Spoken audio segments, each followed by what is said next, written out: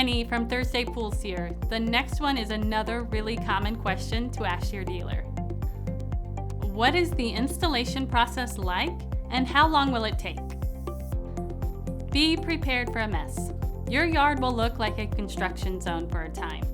There's just no way to excavate that much dirt and for it not to look like a disaster. If you're lucky and it's in your contract, they are hauling it away at the same time that they are excavating it out. But generally, that doesn't happen. So be patient. This process takes on average about 3 weeks or 21 working days for a basic installation.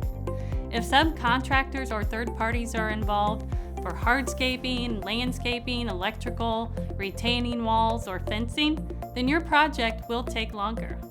Remember, if you have any questions about fiberglass pools, visit us at thursdaypools.com.